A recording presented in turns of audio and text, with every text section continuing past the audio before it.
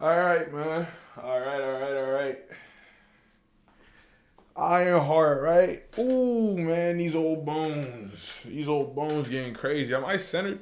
I swear I centered this chair before I hit record, but for whatever reason, now I feel off a little bit. I'm gonna trust the process. So Ironheart finale dropped today, or like late last night. I'm not sure. And so, you know what I mean? That's what the channel's about, right? So let's talk about it. Let's talk about it. I mean, first and foremost, like I really don't know how I feel about this show. Like, I was gonna like, I don't know if I should start or end with the rating, right? But I was seeing something on my Twitter talking about like, ooh, this is the highest rated show from the MCU in the past, since Phase 4. I don't think the show is bad, but it really got me thinking. I was like, what's the worst MCU show we gotten since Phase 4? Because really what I'm feeling like is going on here, bro. Honestly, haven't watched as many MCU shows as I have. I really feel like I don't think any of them are necessarily bad. Really what it is y'all just care about certain shit and don't care about some other shit. You know what I mean? Like Agatha to me was all right, but that one is seen as like, yo, this show's crazy. And I think ultimately what it is like, I don't necessarily care about the Salem shit, but I can't recognize that what they seem to be doing, they were doing really well. I just don't care. In the same way that like people were shitting on the Hawkeye show, I actually really like the Hawkeye show. But I can understand somebody not fucking with it. Cause like, you know what I mean? It's Hawkeye we're talking about. So I don't know. With these shows, like I'm starting to really feel like we might have hold Phase 4. In the sense that like, were there bad projects? Absolutely there was. Like, am I gonna sit here and defend Secret Invasion to you? Yeah, bro, that show wasn't that bad, bro. Like, listen. Secret Invasion, I will concede, like, I mean, even just from a lore standpoint, the damage it does to the MCU. We talking about cheapening Tony's sacrifice in Endgame, with Rhodey essentially being a scroll that ruins the whole goodbye to Tony. Like, I understand that. But in terms of the other shows, like the Moon Knights, um, I'm not going to defend She-Hulk either. But the Moon Knights, the Hawkeyes, the WandaVisions, the Agathas, and this show, I think that all of them are the Lokis. Because Loki season 2 is probably my favorite of the MCU shows. But I'm gonna say this, like, I feel like it's just because I like Loki and I like the whole time travel, dynamic. All those shows to me are comparable. You know what I mean? Even Captain Marvel, or not Captain Marvel, Miss Marvel. I don't think that show was bad. I just don't think it was made for me. So I don't really know where I'd put this Ironheart show. I think it was actually decent. It was all right.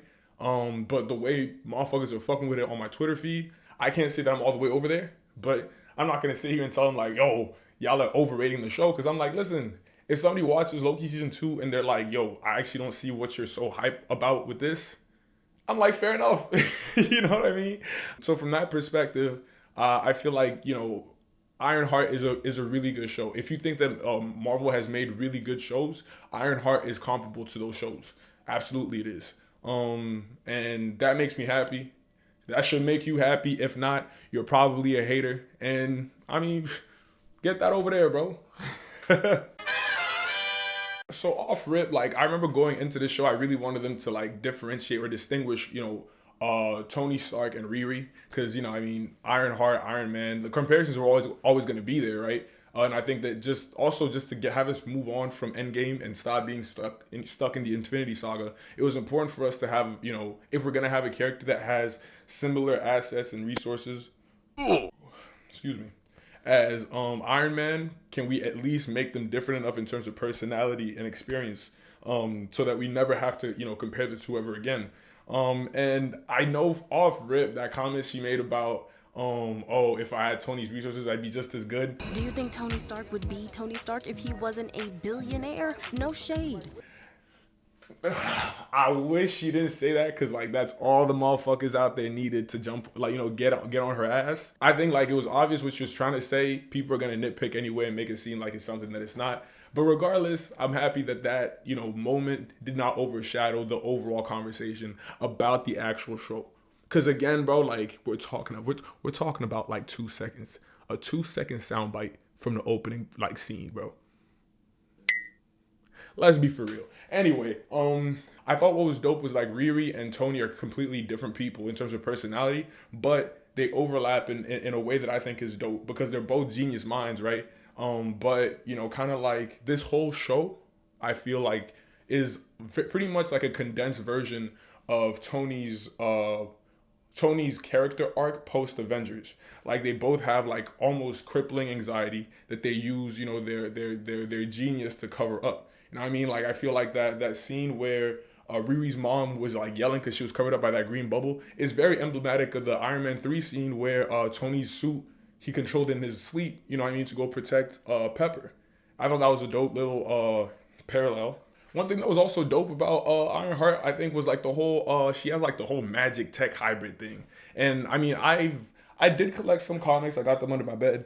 There was a Riri like comic, or Riri was included in one of the Iron Man comics I was reading. I don't know her lore too much. This show did kind of make me want to go read up on some Riri comics. I don't know if she really does the magic thing on the side as well as the tech, but I thought that it was a dope way to like kind of give her Iron Man or Iron Suit or whatever a different flair. The fact that like, yeah, it's like, you know, 80-90% tech or whatever, but she also got some abracadabra going on in the back seat. You know what I mean? Like I thought that was a dope flair to add. I do want to find out more about that, if she, you know, ends up practicing magic, or if you know, she's really a duo with her and Zelma. I'm gonna get back to Zelma, but like I don't know like how integrated magic is going to continue to be. Like I don't know if Riri involvement with magic has to do with the fact that this was also a Mephisto story, or if that's actually part of her character. I might have to re-up on that Marvel Unlimited because I need to find out. You know what I mean? Like I'm low-key intrigued by Riri Williams at this point.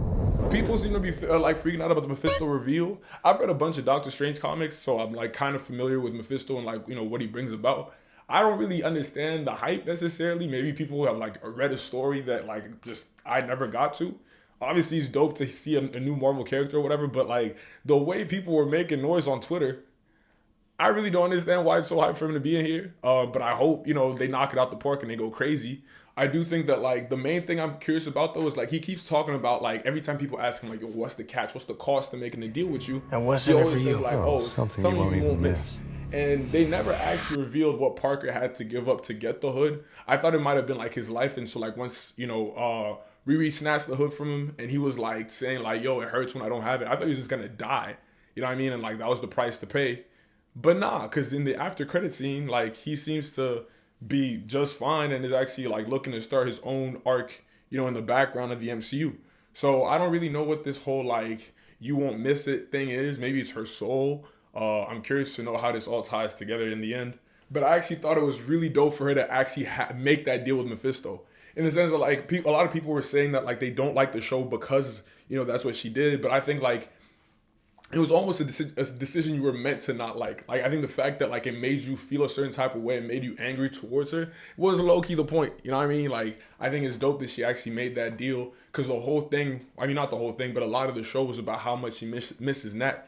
You know what I mean? And so like it makes sense to me that she made that deal. And obviously it was after she ensured that like whatever, because she knows obviously that Mephisto's not to be trusted, but she asked like, yo, am I the only person at stake? And that's something I could really relate to, honestly. Like, it's like, if you want something real bad, like, just make sure that it doesn't only affect me. And the moment, you know, it does, then you can't really tell anybody to do or not do something. Like, it's their life, like, let them live it. You know what I mean? And I thought that was a really dope way to show, like, to show Riri's character. Because as much as she did fuck up and, like, Ezekiel getting outed to the whole world was 1000% her fault, you could tell that that's like one of the times where she was really considering like her own ethics in the whole situation. Like before she was kind of like just whatever, like, yeah, I do homework for other people, who cares? But the moment she was directly impacted, or she directly impacted somebody else's life in a way that she really shouldn't have, she really had to like deal with, like, look inwards and like ask herself like, yo, am I a good person? But I thought that was a really dope way to like, you know, show us what kind of person Riri is.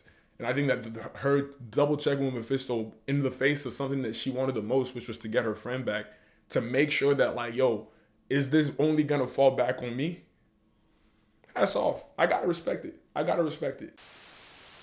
While we're on the subject of Nat, I'm not gonna let Mickey Mouse get away with the propaganda.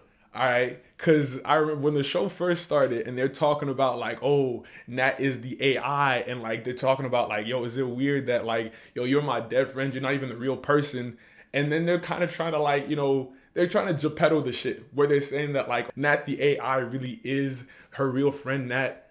You're not gonna get trick me. I'm seeing through the shit. Like AI is AI. That was not Nat. They tried to make Zay look like he was tripping when he said that that's not his sister. That is not his sister, bro. That is not his sister. It is kind of fucked up, you know what I mean? Like, and I understand that Riri didn't do it on purpose, but let's just make shit clear. Like, fuck the AI shit. Like, it's kind of weird to be using, like, you know, if Riri did do it on purpose, that would be some crazy shit. Like, you can't just be making AI versions of dead people. Like, that's not strange to y'all. Lastly, I feel like I should recognize Zelma's mom. I didn't really, she looks familiar. Maybe she was in like a previous project, but you know, Zelma was a dope character to add to the show.